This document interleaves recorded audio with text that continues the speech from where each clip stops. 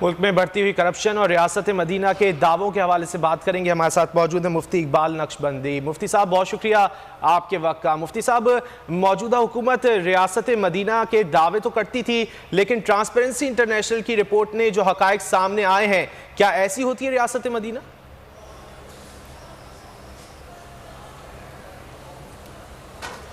الحمدللہ وکفا والصلاة والسلام علی سید الانبیاء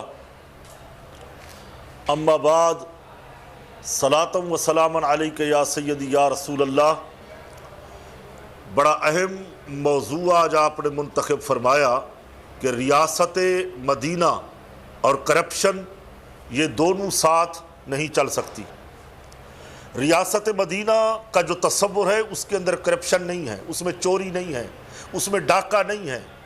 دیکھیں، ریاست مدینہ ایک زمین کا نام نہیں ہے، ایک کوئی حد حدود کا نام نہیں ہے، بلکہ ایک افرادی قوت کا نام ہے.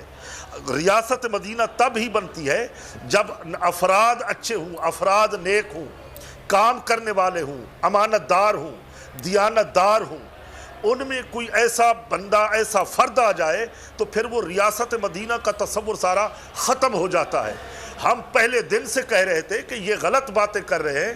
یہ ریاست مدینہ کے اندر ایسا نہیں تھا. سیدنا صدیق اکبر رضی اللہ تعالیٰ عنہ یہ خلیفہ بنے، منتخب ہوئے تو انہوں نے اعلان کیا، اگر میں کام اچھے کروں تو میں اللہ تعالیٰ کا شکر ادا کروں گا، اگر میری قوم.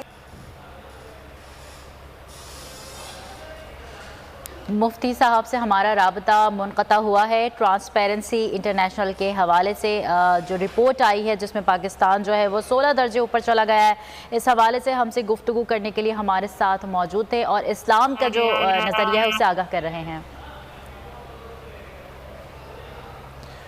مفتی اقبال نقشبندی ہم سے گفتگو کر رہے تھے اور ریاست مدینہ کے حوالے سے انہوں نے بتایا کہ ریاست مدینہ کے اندر کرپشن نہیں ہوتی. انہوں نے کہا کہ ایک افرادی قوت کا نام ہے ریاست مدینہ، کسی فرد یا کسی فرد تنہا کا نام نہیں ہے. انہوں نے کہا کہ پاکستان میں کرپشن میں جو اضافہ دیکھا جا رہا ہے اور ایک جانب بات کی جا رہی ہے ریاست مدینہ کی، دونوں میں تضاد پایا جاتا ہے. انہوں نے اس حوالے سے بات کی، جبکہ گزشتہ روز ہم نے دیکھا کہ ٹرانسپیرنسی انٹرنیشنل کی جانب سے جو ایک رپورٹ جاری کی گئی کرپشن پرسیپشن انڈیکس کے حوالے سے، اور اس میں پاکستان کا نمبر جو ہے وہ اب اوپر چلا گیا ہے. 16 درجے اوپر چلا جانا اس بات کی نشاندہی کرتا ہے کہ پاکستان میں کرپشن میں اضافہ ہوا ہے. گزشتہ روز ہم نے دیکھا کہ سبھی کی جانب سے تنقید کا نشانہ بنایا گیا اور خاص طور پر اپوزیشن پارٹیز کی جانب سے جو ہے وہ ٹرانسپیرنسی انٹرنیشنل کی رپورٹ کے اوپر اپنا موقف دیا گیا اور انہوں نے عمران خان کی حکومت کو تنقید کا نشانہ بنایا. اور اس کے علاوہ ہم نے دیکھا کہ پیپلز پارٹی کی جانب سے بھی موقف سامنے آئے. شہری رحمان صاحبہ کی جانب سے ایک ٹویٹ کیا گیا جس میں انہوں نے کہا کہ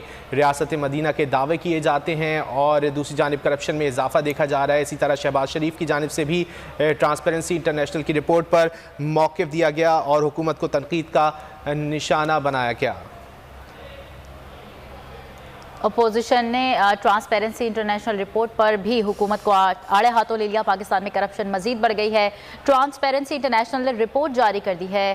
پاکستان کرپشن میں 124ویں نمبر سے 140ویں نمبر پر آ گئے. ریاست مدینہ کا کانسیپٹ کیا ہے، اس پر ہمارے ساتھ گفتگو کرنے کے لیے موجود تھے مفتی اقبال صاحب. مفتی صاحب سے دوبارہ رابطہ بحال ہوا ہے. مفتی صاحب کنٹینیو کیجیے گا.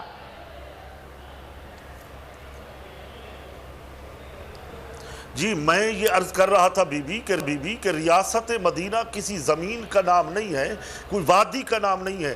ریاست مدینہ ایک افراد کی قوت کا نام ہے. افراد وہ ہوں گے جو پریکٹیکل طریقے سے صاحب ایمان ہوں، رسول اللہ صلی اللہ علیہ وسلم سے فیض لے کے آگے بڑھے ہوں. سینہ بسینہ اگر یہ فیض آگے چلتے، جیسے سنہری دور تھا ہمارے صحابہ رسول کا، سیدنا ابو بکر صدیق کا دور ہے، حضرت عمر فاروق کا دور ہے، حضرت عثمان ذو النورین مولا علی کرم اللہ وجہ الکریم، امام حسن مجتبیٰ کا سنہری دور ہے. ایسا دور، ایسے افراد آئیں گے تو تب ہی مدینہ نہیں بن سکتی. وہ کرپشن ہوتی رہے گی، وہ چوری ہوتی رہے گی، وہ ڈاکے پڑتے رہیں گے. پھر ملک کو قوم وحدت کی تقدیر نہیں بدلتی، کیونکہ سب سے پہلے اپنے آپ کو بدلنا ہوتا ہے. جہاں ہمارے حکمران چور ہوں، जहां डाकू हूं, ऊपर से लेके नीचे तक करप्शन। अब बताइए कि कल की जो रिपोर्ट आई उसने तो हमें हैरान कर दिया। अब तो हमारी उम्मीदें ही टूट गई हैं। अब तो कभी हम सकते कि ये लोग रियासत मदीना से मदीना की बात करें और इस तरह आगे चोरी में चले जाए। आज हम दुनिया हमारे ऊपर उंगलियां उठा रही है कि कौन सी रियासत मदीना, इसी को भी इस्लाम की बात करते हो। इस्लाम तो बेहतरीन दीन है। कुल तुम खैर उम्मत कि तुम बेहतरीन हो। और इस्लाम इन दीना इस्लाम, अल्लाह का पसंदीदा दीन जो है वो दीन इस्लाम है। वो इस्लाम दीन रहमत है। इसके अंदर चोरी नहीं है, डाका नहीं है, राजनी नहीं है। चोरी और डाका नहीं मुफ्ती साहब, ये भी माशरती पहलू को इसमें इग्नोर नहीं करना चाहिए। हर छोटे छोटे सरकारी इदारे में हम देखते हैं जहाँ पर छोटे और कानूनी काम के लिए हर शख्स को जो है वो रिश्वत देनी पड़ती है। रिश्वत के बगैर कोई काम नहीं होता। तरबियत का फुकदान है पूरा निज़ाम जब से चला आ रहा है। क्या समझते हैं आप? जी बिल्कुल, रिश्वत देने वाला लेने वाले दोनों जहन्नमी हैं। मेरे करीब आका सल्लल्लाहु अलैहि वसल्लम ने फरमाया अर्राशी वल मुर्ताशी किलाहुमा फिन्नार, कि रिश्वत देने वाला और लेने वाला दोनों जहन्नमी है। दोनों वो देने वाला और लेने वाला दोनों जहन्नमी है, दोनों वो जहन्नम के कुत्ते हैं। तो यहाँ क्या पूछते हो? यहाँ तो चपरासी से लेके ऊपर तक सभी रिश्वत मांगते हैं। कदम कदम पे रिश्वत है। जिसका जो काम सही है वो बेचारा अपना हक मांगने के लिए जाता है तो पहले रिश्वत देगा, फिर बाद में वो अपना हक लेगा, मगर वो मजबूर है अपना हक लेने के लिए। उलमा का इसमें फतवा है अगर ऐसी मजबूरी के अंदर कोई पैसा दे के अपना हक हासिल करे तो उसके लिए हलाल है और जायज़ है। बाकी रहा मामला इज्तमाई माशरती हमारे मुल्क का जिसका हम जिक्र कर रहे हैं, ये रियासत मदीना नहीं है। ये कौम को धोखा दिया गया है। मैंने पहले दिन कहा था जिसको लफ्ज़ खातमन नबीयीन पढ़ना नहीं आता, सुनना नहीं आता, क्या वो रियासत मदीना बनाएगा? क्या वो इन मुसलमानों के लिए काम करेगा? रियासत तो मदीना ये थी कि सैयदना अबू बकर सिद्दीक के दौर में बच्चियां आती थी कि हमारी बकरियों का दूध निकालने हमारे साथ चले। खलीफा वक्त हो के जाके उनका दूध दोह के देता। तो हजरत उमर का दौर आया तो वही लड़कियां आ गई कहने लगे कि खलीफा जो होता है वो हमारे घर के काम भी करता है। ये था रियासत मदीना का तसव्वुर। आज हम कहाँ खड़े हैं? फ़कत हम ज़बानी कलामी तौर पे ये कहते हैं कि रियासत मदीना बनाएंगे, यानी मुसलमानों को, ये पाकिस्तानी कौम को बेवकूफ़ बनाने की बात करते हैं। और जब हमारी कौम को सोचना चाहिए कि हम किन लोगों के पीछे जा रहे हैं, हम क्या कर रहे हैं और हम खड़े कहाँ हैं। रियासत मदीना, हम तो दुआ कर रहे हैं कि खुदा करे कि हमारी ज़िंदगी में रियासत मदीना बन। अच्छा मुफ्ती साहब, जैसा कि कहा जाता है कि जैसे अवाम होते हैं उनके ऊपर वैसे हुक्मरान जो है वो नाफिज होते हैं, आप क्या समझते हैं बहैसियत अवाम हम अपने आप को कैसे बेहतर कर सकते हैं? मैं ये समझता हूँ सर कि हुक्मरान जैसे होते वैसे हुक्मरानों को अच्छा होना चाहिए। अगर हुक्मरान हाकिम वक्त बाअमल है तो फिर रियाया उसकी ताबेदारी करेगी, इत्तिबा करेगी। ये हमारे कुरान का फैसला है, ये हमारे इस्लाम का फैसला है, ये रसूलुल्लाह सल्लल्लाहु अलैहि वसल्लम की हदीस का फैसला है। हुक्मरानों को बेहतर करना चाहिए। अगर ऊपर वाला हाकिम वक्त बाअमल होगा, किरदार का गाजी होगा, शरीयत के मुताबिक वो चलता फिरता उसका है, तो फिर रियाया उसके पीछे चलेगी, उसके ऊपर कोई नहीं उंगली उठाएगा। जमहूरियत का हुस्न भी यही होता है कि हाकिम वक्त बाअमल हो, साहिब किरदार हो, वो शरीयत का पहरेदार हो, मुल्क वहदत की सरहदों का पहरेदार हो, तब ये बात बनेगी। तब रियाया तो आज भी अच्छी है।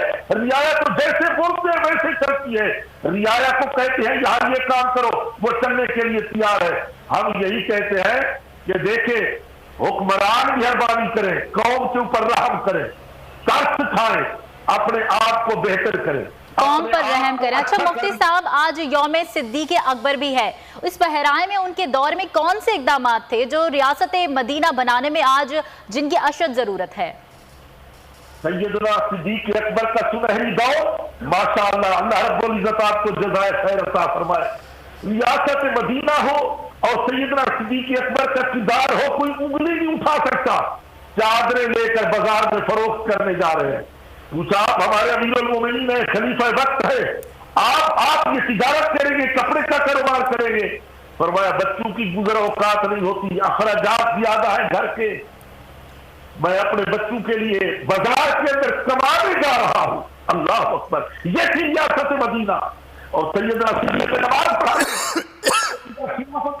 जो सरगर्मियां थे वो सर अंजाम देते हैं और गज़वात में जंगों के अंदर काफिले भेजते हैं, अफवाज भेजते हैं। मुसैलमा बिन कज़्ज़ाब जैसे बंदे ने नबूवत का दावा कर दिया, इतना कहा कि मैं ज़कात नहीं दूंगा, किसी ने कहा मैं ये नहीं करूंगा। हज़रत सैयदना सिद्दीक़ अकबर फरमाते हैं जो रसूलुल्लाह के दौर में एक रस्सी भी देता था आज भी उसको देनी पड़ेगी। ये थी रियासत मदीना। हम इसी रियासत मदीना का तो मुतालबा कर रहे हैं। सिर्फ जबानी कलामी रियासत मदीना न कहो, रियासत मदीना बनाना है तो वही काम कि अकबर ने किया था। तो उनके बेटे आए हजरत अब्दुर्रहमान, अकबर ने किया था तो उनके बेटे आए हजरत अब्दुर्रहमान बिन अबी बकर।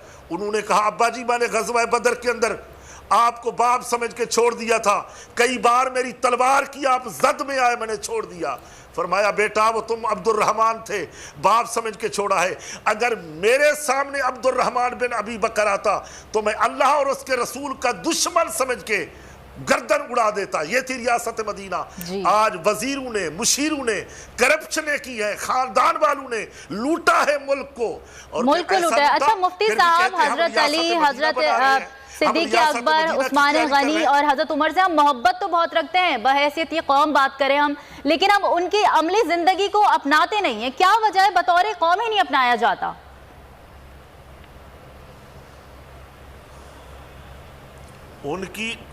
उनकी अमली जिंदगी, सैयदना अली कर्रमल्लाहु वजहुल करीम की अमली जिंदगी, सैयदना फारूक आज़म रज़ी अल्लाह तआला अन्हु से वालेहाना मोहब्बत करते हैं। सबसे पहले हुक्मरानों को सीखना चाहिए उनकी जिंदगी से।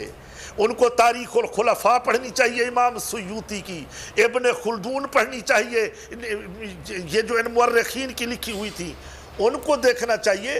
तब खुदा का मकाम मर्तबा, अबू बकर सिद्दीक़ का मकाम मर्तबा, उमर फ़ारूक का मकाम और मर्तबा समझ में, हमारे हुक्मरानों की समझ में आ जाएगा।